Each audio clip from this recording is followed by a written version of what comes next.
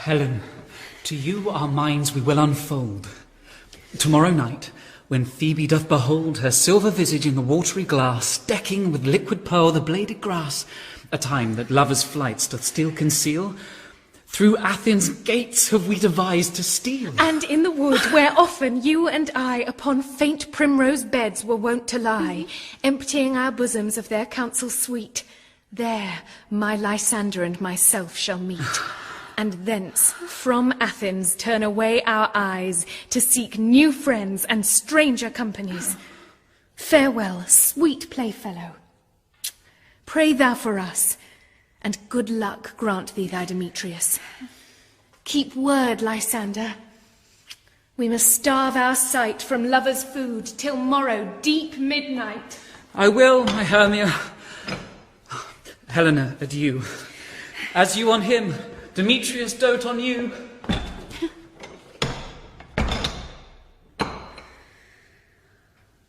How happy some or other some can be. Through Athens I am thought as fair as she. But what of that? Demetrius thinks not so. He will not know what all but he do know. And as he errs, doting on Hermia's eyes, so I admiring of his qualities. Things base and vile, holding no quantity, love can transpose to form and dignity. Love looks not with the eyes, but with the mind, and therefore is winged Cupid painted blind. Nor hath love's mind of any judgment taste. Wings and no eyes figure unheedy haste. And therefore is love said to be a child, because in choice he is so oft beguiled. As waggish boys in game themselves forswear, so the boy love is perjured everywhere. For ere Demetrius looked on Hermia's eyne, he hailed down oaths that he was only mine. And when this hail some heat from Hermia felt, so he dissolved, and showers of oaths did melt. I will go tell him of fair Hermia's flight. Then to the wood will he tomorrow night pursue her. And for this intelligence, if I have thanks, it is a dear expense. But herein mean I to enrich my pain, to have his sight thither and back again.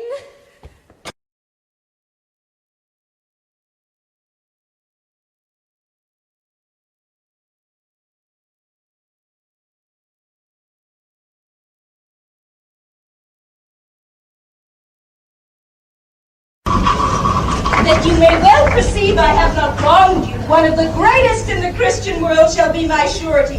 For whose throne 'tis needful, ere I can perfect mine intents to kneel. Time was I did him a desired office, dear almost as his life, which gratitude through flinty Tartar's bosom would peep forth and answer thanks. I duly am informed the king is at Marseilles, to which place we have convenient convoy. You must know I am supposed dead. The army breaking, my husband hies him home, where heaven aiding, and by the leave of my good lord the king, will be before our welcome. Oh, gentle madam, you never had a servant to whose trust your business was more welcome. Nor you, mistress, ever a friend whose thoughts more truly labor to recompense your love. Doubt not, but heaven hath brought me up to be your daughter's dower, as it hath fated her to be my motive and helper to a husband. But, oh, strange men, that such sweet use can make of what they hate, when saucy trusting of the cousin thoughts defiles the pitchy night, so lust doth play with what it loathes for that which is away. But more of this hereafter. You, Diana, under my poor instructions, yet must suffer something in my behalf. Let death and honesty go upon your impositions. I am yours upon your will to suffer. Yet I pray you, but with the word the time will bring on summer, when briars shall have leaves as well as thorns, and be as sweet as sharp. We must away. Our wagon is prepared, and time revives us. All's well that ends well, still the fine's the crown. Whate'er the course, the end is the renown.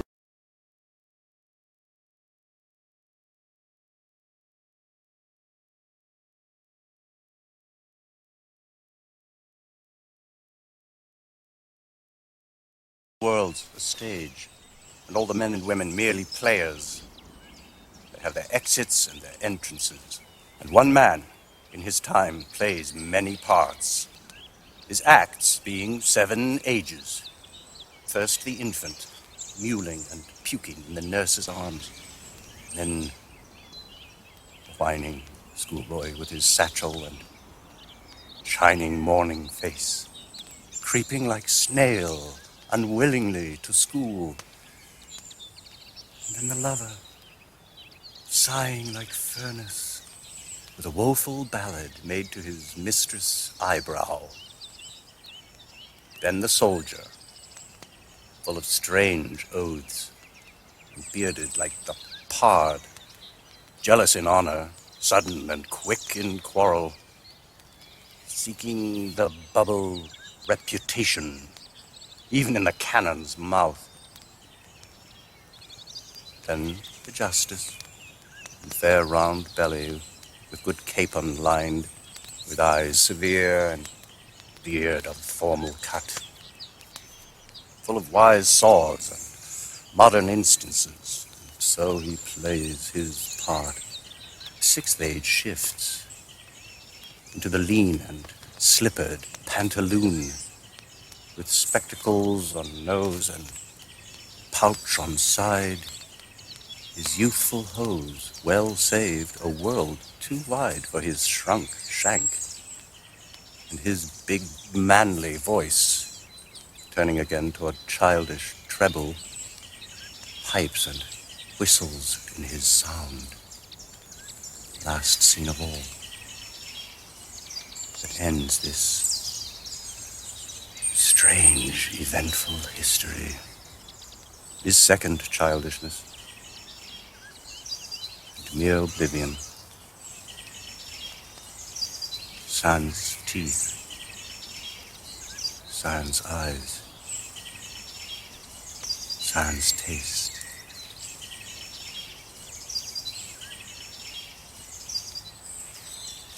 Sans everything.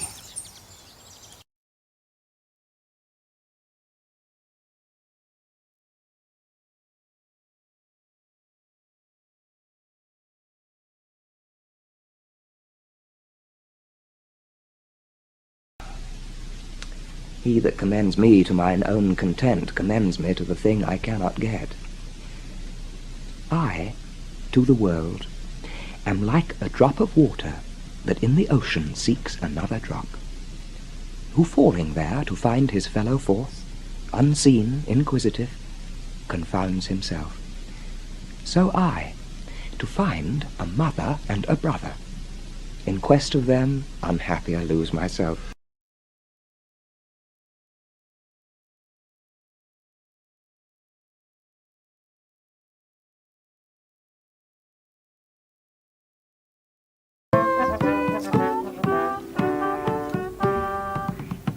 Let fame, that all hunt after in their lives, live registered upon our brazen tombs, and then grace us in the disgrace of death.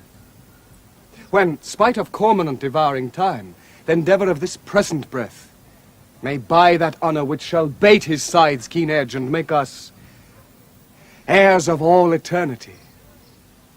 Therefore, brave conquerors, for so you are that war against your own affections and the huge army of the world's desires, our late edict shall strongly stand in force. Navarre shall be the wonder of the world. Our court shall be a little academe, still and contemplative in living art. You 3, Verona, Domain, and Longaville, have sworn for 3 years' term to live with me, my fellow scholars, and to keep those statutes that are recorded in this schedule here. Your oaths are past, and now subscribe your names.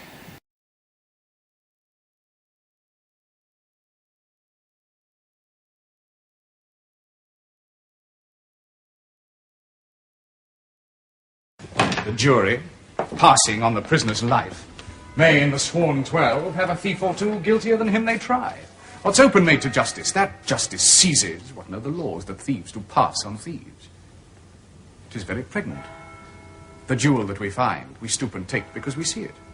But what we do not see, we tread upon and never think of it.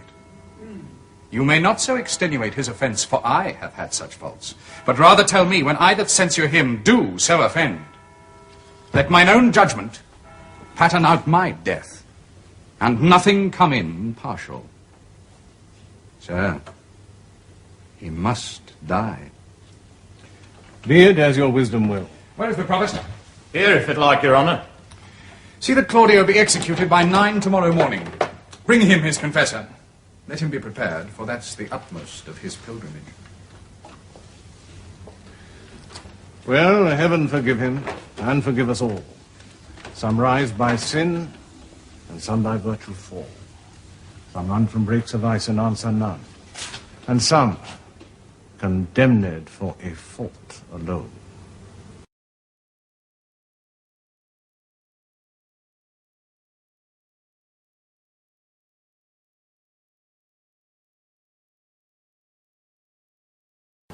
The one of them contains my picture, Prince. If you choose that, then I am yours withal. Some god direct my judgment. Let me see. I will survey the inscriptions back again. What says the leaden casket? Who chooseth me must give and hazard all he hath. Must give. For what? For lead? Hazard for lead? This casket threatens. Men that hazard all do it in hope of fair advantages. A golden mine stoops not to shows of dross. I'll then nor give nor hazard aught for lead. What says the silver with her virgin hue? Who chooseth me shall get as much as he deserves. As much as he deserves. Pause there, Morocco, and weigh thy value with an even hand. If thou beest rated by thy estimation, thou dost deserve enough, and yet enough may not extend so far as to the lady. And yet, to be afeard of my deserving were but a weak disabling of myself. As much as I deserve, why, that's the lady. I do in birth deserve her, and in fortunes, in graces, and in qualities of breeding. But more than these, in love I do deserve. What if I strayed no farther, but chose here?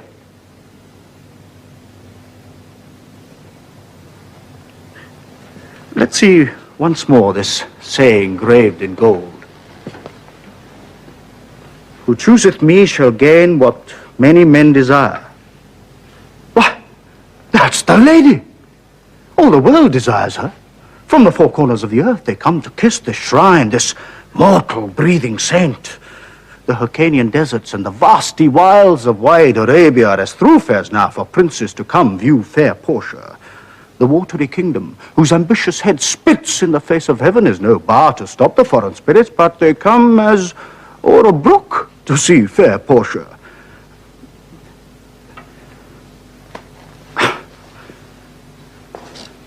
One of these three contains a heavenly picture. Is it like that lead contains it? Oh, it's what damnation to think so base a thought. It were too gross to rib her cerecloth in the obscure grave.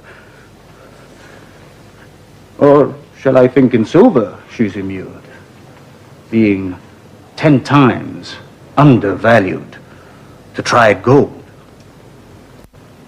Oh, sinful thought. Never so rich a gem was set in worse than gold.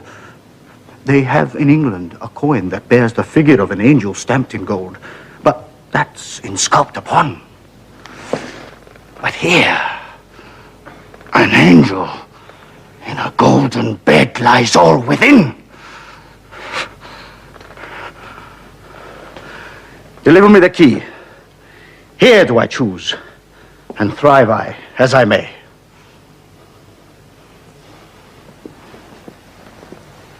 There, 'tis. take it, Prince. And if my form lie there, then I am yours.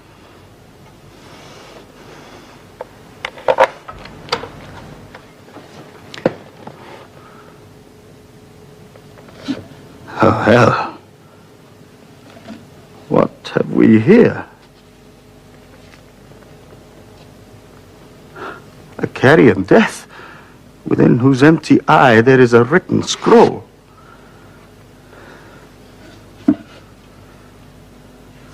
I'll read the writing. All that glisters is not gold. Often have you heard that told. Many a man his life hath sold, but my outside to behold. Gilded tombs do worms enfold. Had you been as wise as bold, young in limbs, in judgment old, your answer had not been inscrolled. Fare you well, your suit is cold.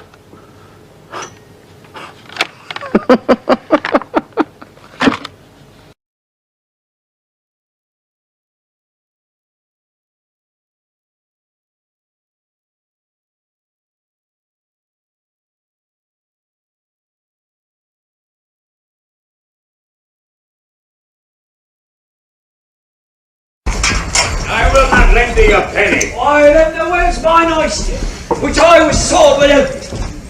I will retort the sum in equity. Not a penny. I have been content you should lay my countenance upon. I have graded upon my good friends for 3 reprieves for you and your coach fellow Nim, else you had looked through the grate like a Gemini of baboons. I am damned in hell for swearing to gentlemen, my friends, that thou art good soldiers and tall fellows, and when Mistress Bridget lost the handle of her fan, I took it upon mine honour that thou hadst it not. Didst thou not share? Hadst thou not 15 pence? Reason, you rogue, reason. Think'st thou I will endanger my soul gratis? At a word, hang no more about me. I am no gibbet for you, no short knife and a throng. To your manor of pitch hatch, go! You'll not bear a letter for me. You stand upon your honour. Why, thou unconfinable baseness, it is as much as I can do to keep the terms of mine honour precise. I myself sometimes, setting the fear of God on the left hand and hiding mine honour in my necessity, am fain to shuffle, to hedge, and to lurch. Yet you, rogue, will ensconce your rags, your catamounted looks, your red lattice phrases, and your bold-beating oath under the shelter of your honour. You will not do it. You!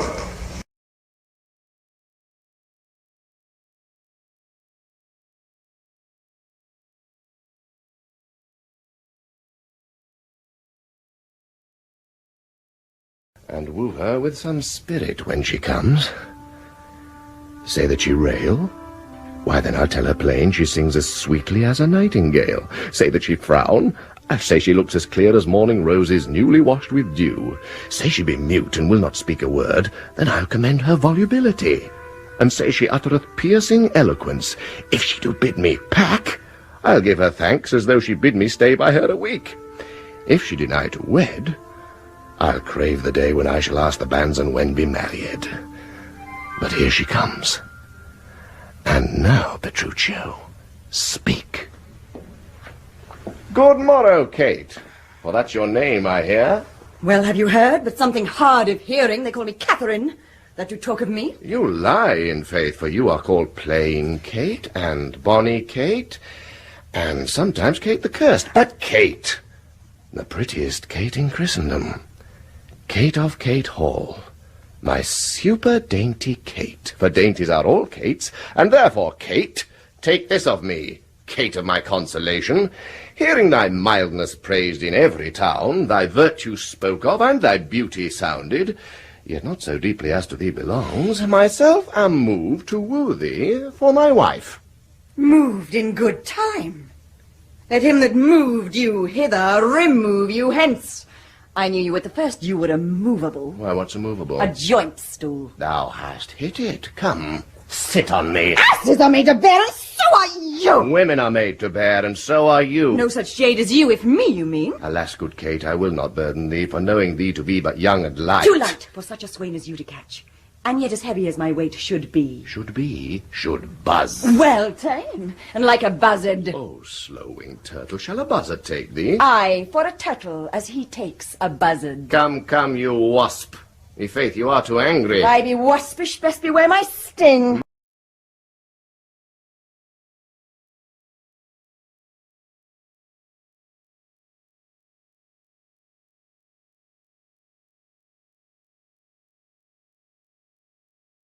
Welcome, sir.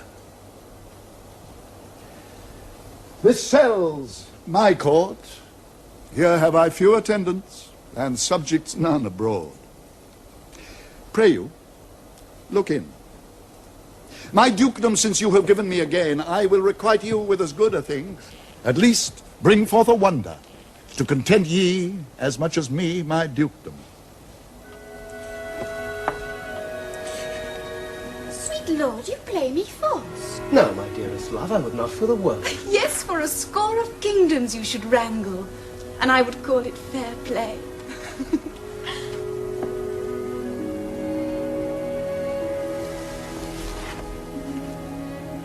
If this prove a vision of the island, one dear son shall I twice lose. Most high miracle. Though the seas threaten, they are merciful. I have cursed them without cause. Now all the blessings of a glad father compass thee about. Arise and say how thou camest hither. Oh, wonder! How many goodly creatures are there here? How beauteous mankind is! Oh, brave new world that has such people in't. 'Tis new to thee.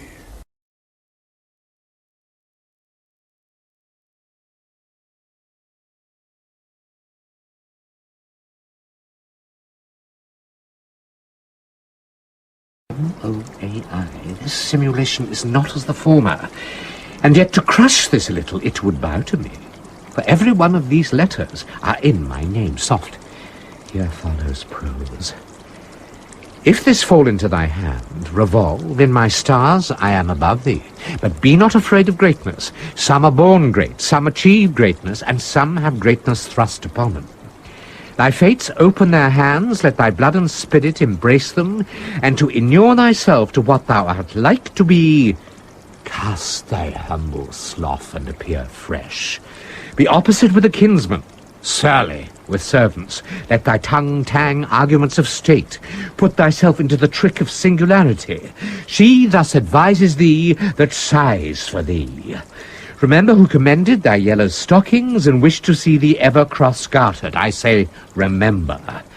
Go to, thou art made, if thou desirest to be so. If not, let me see thee a steward still, a fellow of servants, and not worthy to touch fortune's fingers. Farewell, she that would alter services with thee, the fortunate unhappy. Daylight and champagne discovers not more. This is open. I will be proud. I will read politic authors. I will baffle Sir Toby. I will wash off gross acquaintance. I will be point devise the very man. I do not now fool myself to let imagination jade me, for every reason excites to this, that my lady loves me. She did commend my yellow stockings of late. She did praise my leg being cross-gartered, and in this she manifests herself to my love, and with a kind of injunction drives me to these habits of her liking. I thank my stars. I am happy. I will be strange, stout, in yellow stockings and cross-gartered, even with the swiftness of putting on. Jove and my stars be praised. Here is yet a postscript. Thou canst not choose but know who I am. If thou entertainst my love, let it appear in thy smiling. Thy smiles become thee well. Therefore in my presence still smile, dear my sweet, I prithee. O Jove, I thank thee, I will smile. I will do everything that thou wilt have me.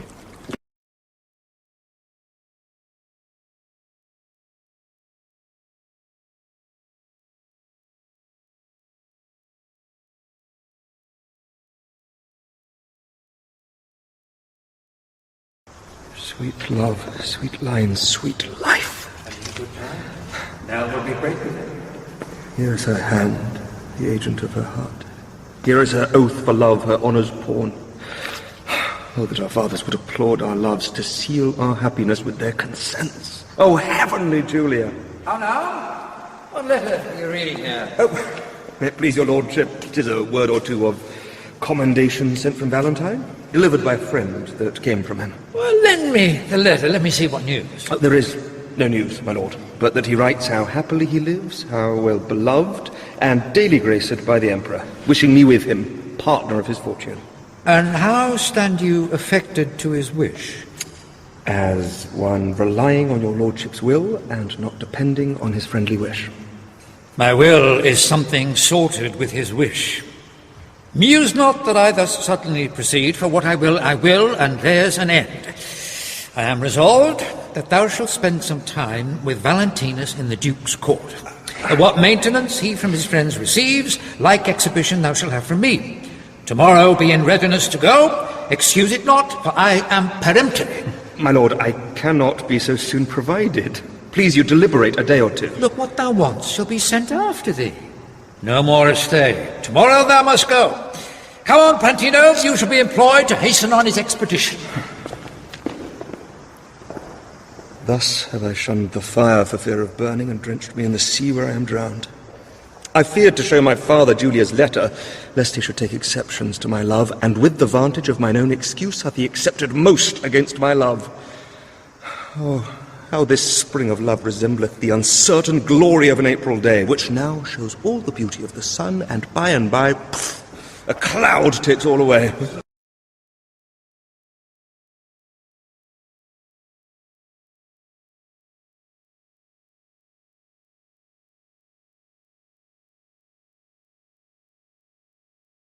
Read the indictment.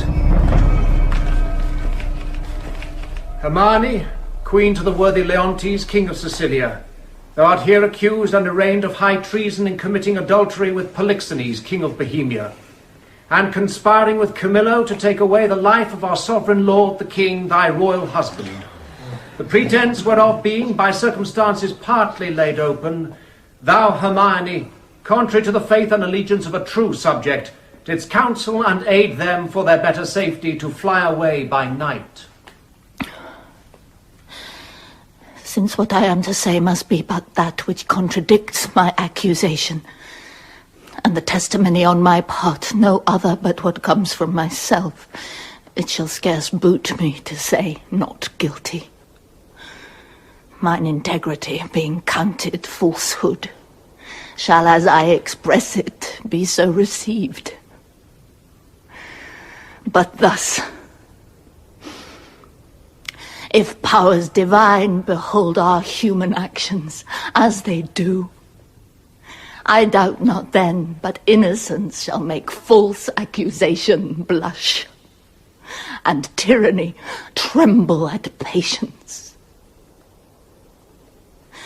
You, my lord, best know, who least will seem to do so, my past life hath been as continent, as chaste, as true as I am now unhappy, which is more than history can pattern, though devised and played to take spectators. For behold me, a fellow of the royal bed, which owe a moiety of the throne, a great king's daughter, the mother to our hopeful prince, here standing to prate and talk for life and honour, for who please to come and hear. For life I prize it, as I weigh grief, which I would spare. For honour, 'tis a derivative from me to mine, and only that I stand for. I appeal to your own conscience, sir. Before Polixenes came to your court, how I was in your grace, how merited to be so. Since he came, with what encounter so uncurrent I have strained to appear thus. If one jot beyond the bound of honour, or in act or will that way inclining, hardened be the hearts of all that hear me, and my nearest of kin cry fie upon my grave.